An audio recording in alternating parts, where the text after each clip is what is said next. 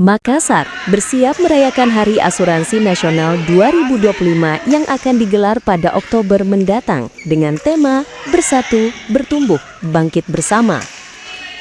Peringatan ke-19 ini diawali dengan berbagai kegiatan sejak September. Salah satunya turnamen badminton yang berlangsung di Goro Arena 8-30 September 2025.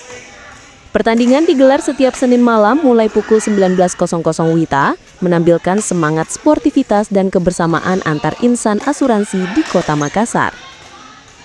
Ketua Panitia Hari Asuransi 2025 Makassar, yang juga Branch Manager PT Asuransi Sinar Mas Makassar, Wawan Lesmana, mengatakan olahraga dipilih sebagai sarana mempererat silaturahmi.